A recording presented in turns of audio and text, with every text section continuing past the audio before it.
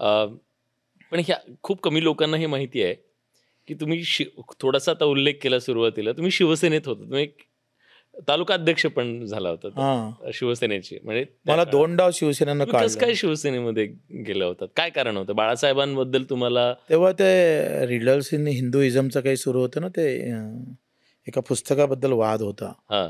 आणि मी तेव्हा सायकलनं जायचं कॉलेजमध्ये, नाही तर हं, घोडं घेऊन जायचं. हं, माझ्याकडे घोडं होतं. हं, सगळेजण मोटरसायकलनं यायचे हं. आणि मी घोडं घेऊन जायचो. ते प्राचार्य म्हणे, "घोडं घेऊन यायचं नाही." म्हटलं, "काहून?" कॉलेजला जायचा तुम्ही "हां, घोडं घेऊन. घोडं घेऊन." आणि घोडं घेऊन गेलं का ते प्राचार्य आला एक दिवस. ते म्हणे, "तुम्ही घोडं घेऊन येऊ शकत नाही." म्हटलं, "का बरं?" "ते नोकरीचे पोरं आहे, ते गाडी घेऊन येतं. माझा बाप शेतकरी आहे. हं, घोडं घेऊन काहून नाही येणार आहे?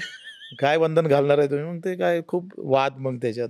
हं, आणि मग सायकलनं मग दूध आणायचं ना मी गावातून. हं, मग तालुक्यावर तर दुधाच्या डबक्या वगैरे दूध विकायचं पहिले सगळं दिवसभर सकाळी आणि मग कॉलेज जायचं.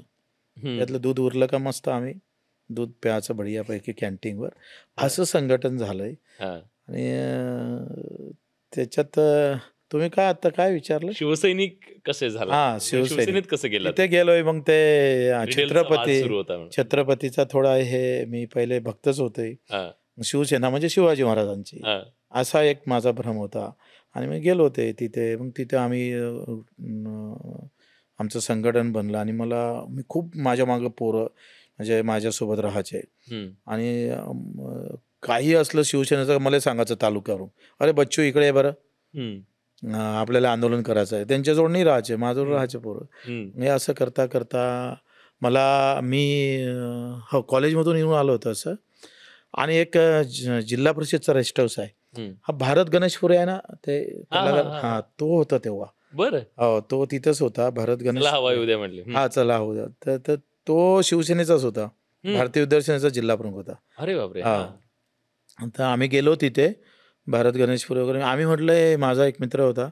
"अरे यार, इथं चल ना, इथं बिस्किट, चहा मस्त भेटते. हे मीटिंग आहे काहीतरी, आपण जाऊ." आम्ही गेलो तिथं. तर हां, तिथं 2 गटात वाद सुरू होते शिवसेनेचे. हां. ते कोण तालुका प्रमुख करायचं. ते दोनही गट खूप भांडत होते. तितक्यात हा भारत गणेशपुरे होता आणि एक बाळासाहेब देशमुख होता. "अरे," म्हणे, "हे बच्चू कडुलेकर," म्हणे, "हा चांगला माणूस आहे, पोरगा आहे," म्हणे. अरे म्हटलं, "मला गेले काही व्हायचं नाही. मी काही होणार नाही ते तालुका प्रमुख वगैरे." हं. आणि त्याने जबरदस्ती लगेच दुसऱ्या दिवशी न्यूज बच्चू कडू भारतीय विद्यार्थी सेनेचे तालुका प्रमुख. हां. अरे म्हटलं मेलो आपण आता. आणि गेलो तर मग काय झालंय ते प्राचार्य होते ना गोशीटोंपे हं. महाविद्यालयाचे. त्यांनी मला बोलावून घेतलं. "अरे तू तर विद्यार्थ्याचा प्रमुख झाला." मग मला करंट लागला. म्हणलं इसमें जान है, कुछ ना कुछ दम है जरूर इसमें. आणि मला वाटलं ये इस पे आपण काम करेंगे. आणि मग म्हणजे काम राजकारणाचा पहिला किडा तिथं चावला असं. तिथं चावला. बरोबर आहे. कार अपघाती म्हणजे हां. मला काही ध्यानी-वानी नाही किंवा आम्ही अपघाती, असं अपघाती. शिफारस-गिफारस न पण मला त्या प्राचार्यानं बोलावल्यामुळं मला असं वाटलं का इसमें दम है. हां. प्राचार्य जर मला बोलावतं, हं. तर तेव्हा प्राचार्यानं बोलावणं म्हणजे कॉलेजमधल्या एका विद्यार्थ्याला बोलावणं म्हणजे मोठी गोष्ट ना आमच्यासाठी ते. हं, हं.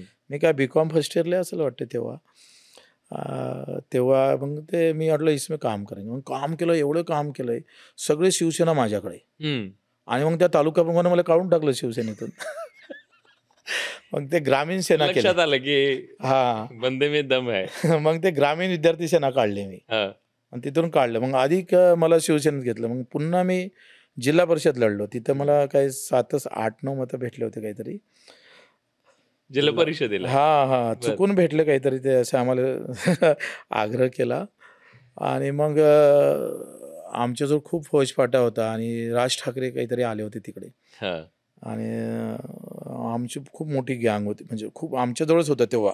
हं. तेव्हा त्याने सांगितलं, "ते बच्चू कडू कोण आहे?"